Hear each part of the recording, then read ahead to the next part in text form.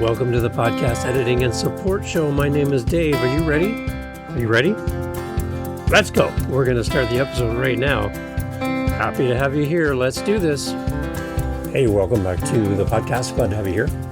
So, there was what do you do? What do you do if your online services, the things that you love to use for your podcast business, what if they just kind of stopped working? And you couldn't access all of these great tools that you know and love because the internet decides to take a dirt nap. And it's like, no, I'm not going to do anything today.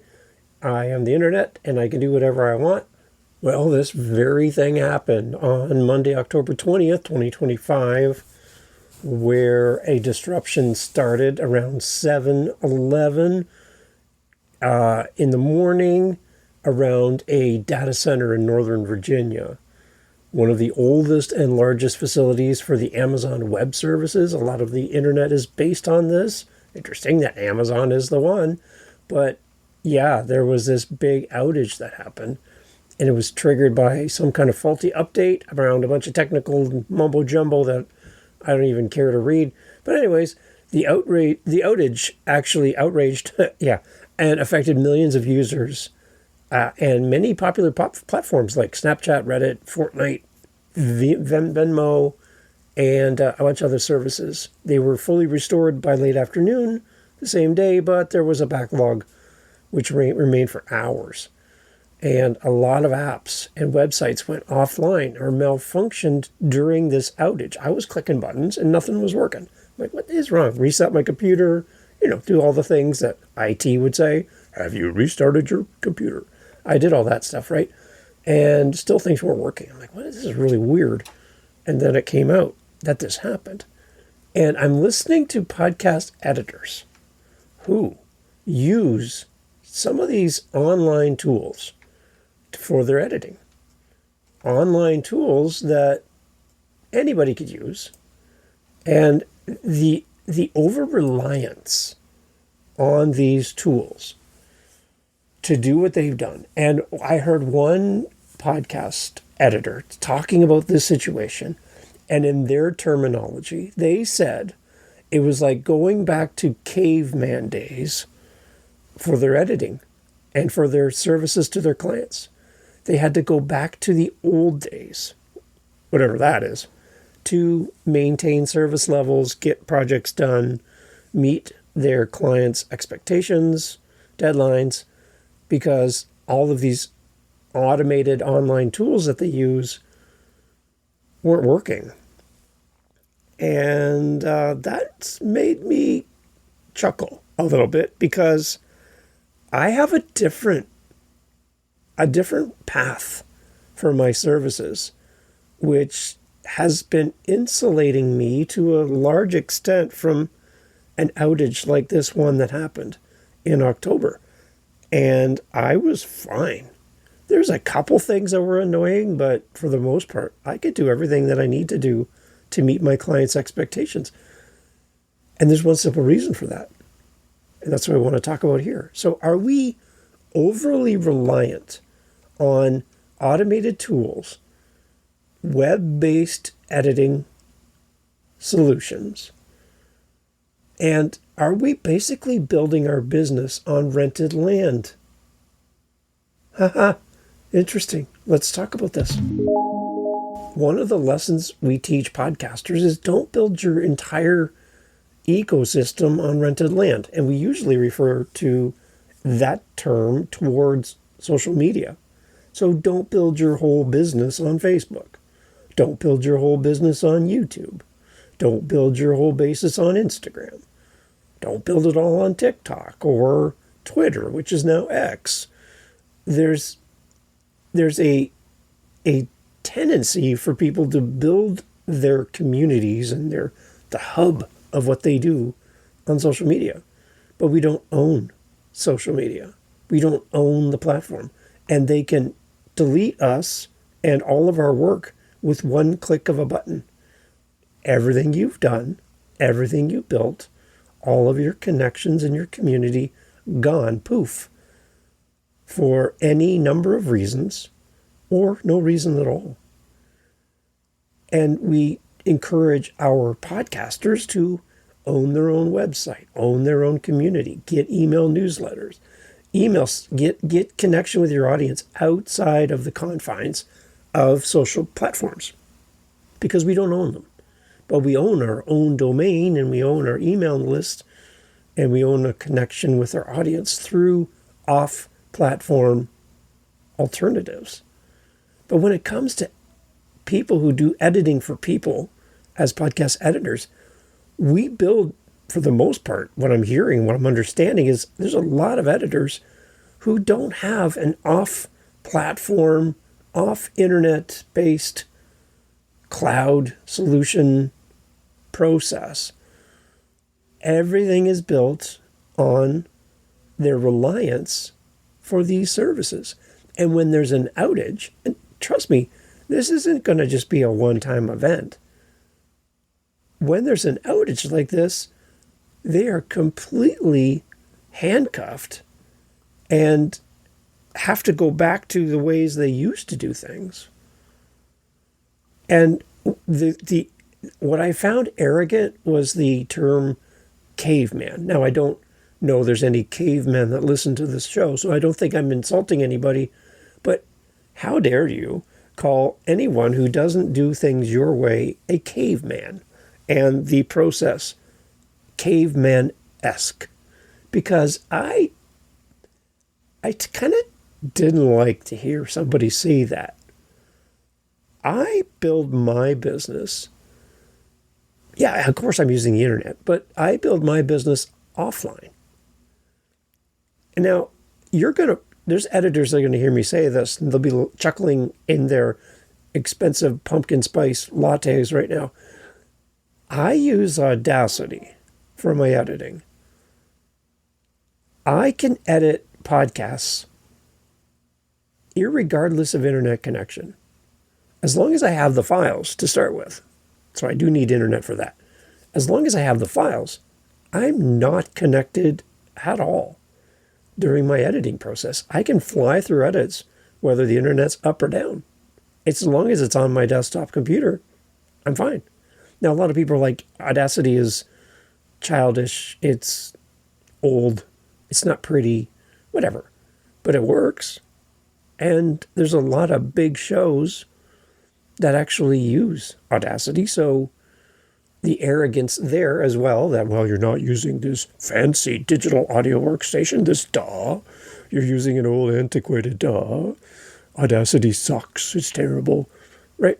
Yeah, I've heard all of these nasty things about the platform that I use. But the one thing that I was able to do while all those podcast editor snobs were handcuffed by internet outages is I was able to get work done. So I think I'm okay using a platform that might not be widely accepted as the best. For me, it works. And I was able to get work done while you were staring at a blank screen on your monitor.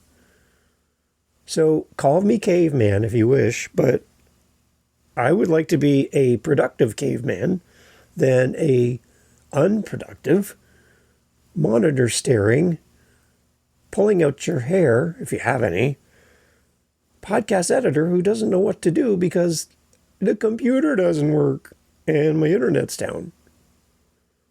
I think we need to have some sort of backup plan.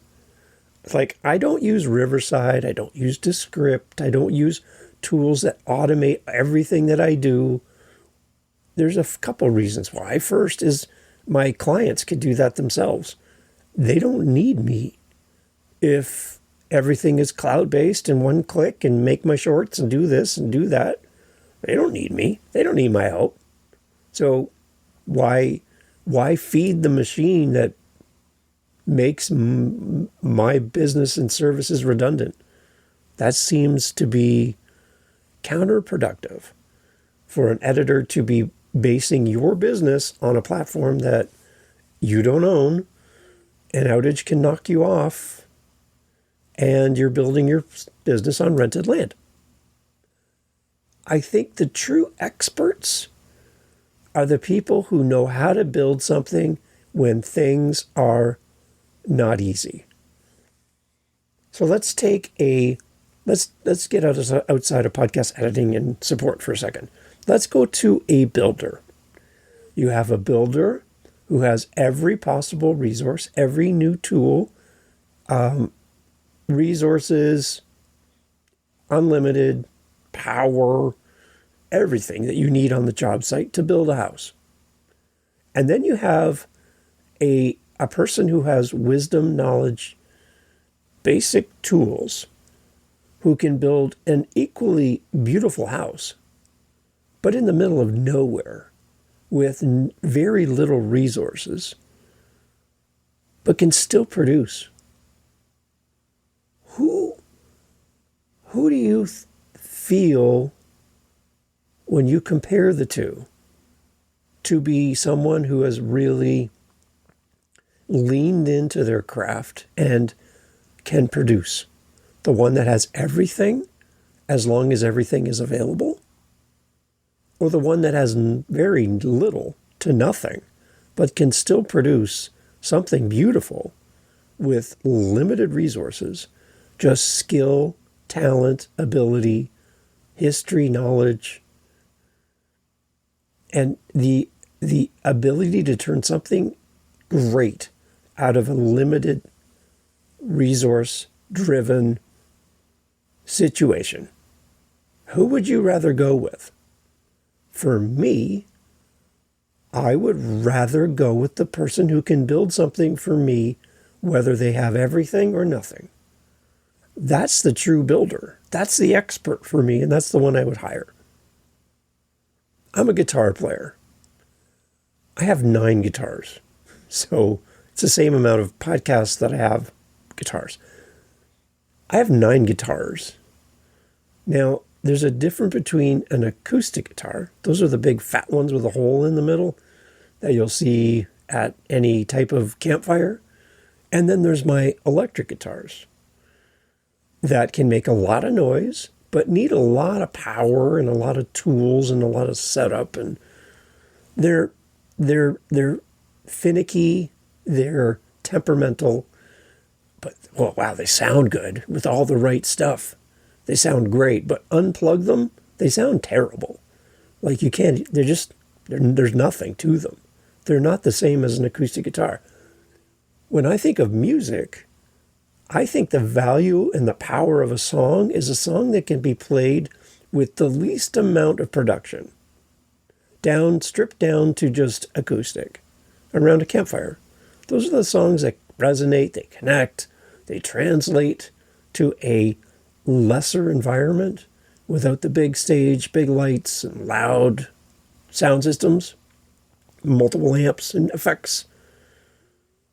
When you hear The Edge from U2 play without all of his effects, he sounds like a 3-year-old because he's just playing very basic things.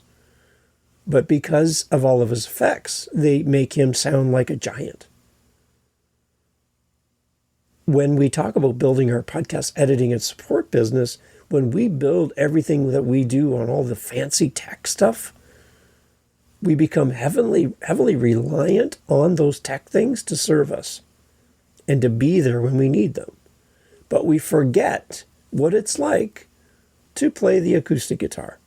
We forget what it's like to build with a hammer and a handsaw instead of all these power tools. We forget the power and the craft of building something with limited resources.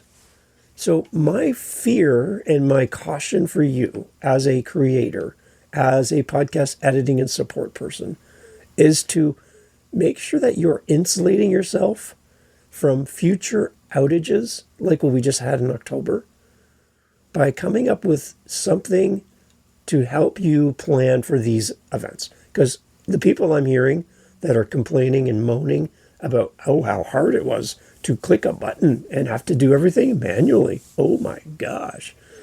When they've built their whole business around one-click solutions that can be copied and taken by anybody else, by the way. There's nothing spectacular about everybody using the same platform. When somebody can do it with very limited resources, those are the people that I want to work with. If I was a podcast looking for an editor. And that's what I do, is I can work on things when everything else falls apart. So I can still meet my deadlines. So there's a few things for us to consider on how we can insulate ourselves from the situation of an outage. Here's a couple things to think about. If there was a way for you to do what you do now without relying on the internet, could you do it? Could you meet your clients' expectations if something drastic changed right now? Could you do it? That could become an issue for you, as it had been for many people back in October. So if you're not planning for this, then what? So one of the things we need to be able to have in place is, how are we going to communicate with our clients when there's a delay? That could push out a podcast episode release. Could be connection with you via email. Say email fails. Then what?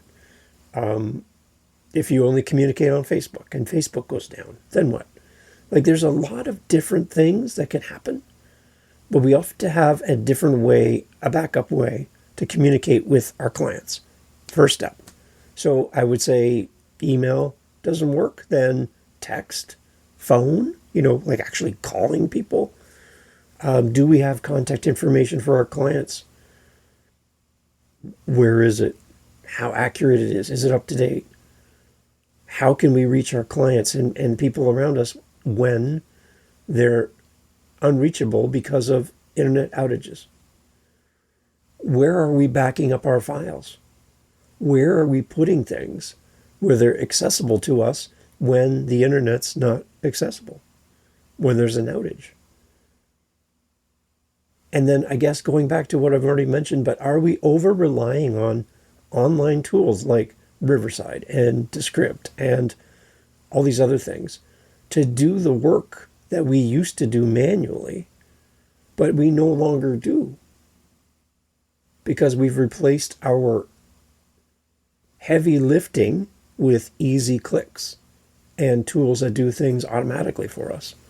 When we stop using a new language, we lose it, right? So if you want to go learn, I live in Canada, so we have French and English in Canada, our two major languages, official languages. In the US, you have, English and Spanish, for example.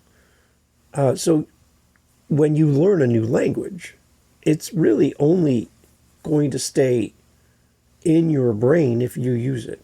If you stop using it, most likely it's going to be hard to have a conversation with somebody when it's not your native language. So when you forget how to do the things you used to do because you're over relying on tools, and you stop using the way you used to create for your clients, I think we're putting ourselves in a dangerous spot, because we will lose the skills that we had before there was all of this automation. I would love for you to have a backup plan. And this outage just made me smirk a little bit, because I was able to keep going even though my competition was throwing their MacBooks at the wall. I was fine. I got a ton of work done, and it had basically very little impact on me at all. There's always a workaround. So my biggest encouragement for you is, what's your workaround? What is your fail-safe? How can you stay productive without throwing up your hands and going, well, the internet's not working, so I'm taking the day off. You have responsibilities and deadlines and clients. You have commitments, and you need to have a fail-safe. So I would look at your stack, how you do what you do. And is there anything that you can do in the event of an outage like we saw in October? And if you there is nothing that you can do during an outage, then you're susceptible to possibly not fulfilling your requirements for your clients.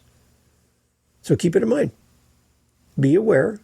And if you can find anything that you can do the old way and keep going back to the old way here and there and refresh your skills that you used to have prior to all these tools and this over-reliance on these tools, if you could go back to your early days,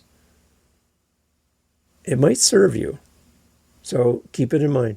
So if you were impacted by the outage, I'd love to hear what happened for you and how you worked around it and what your path is and what your fail-safes are for your business. If you have any questions or you want to chat anytime, podcasteditingandsupport.com. I'd love to hear from you over there. Thanks for listening. Thanks for listening to the Podcast Editing and Support Show.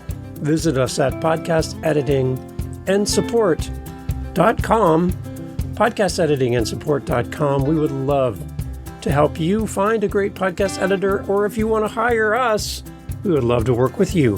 Podcasteditingandsupport.com. Catch you on the next episode. Take care.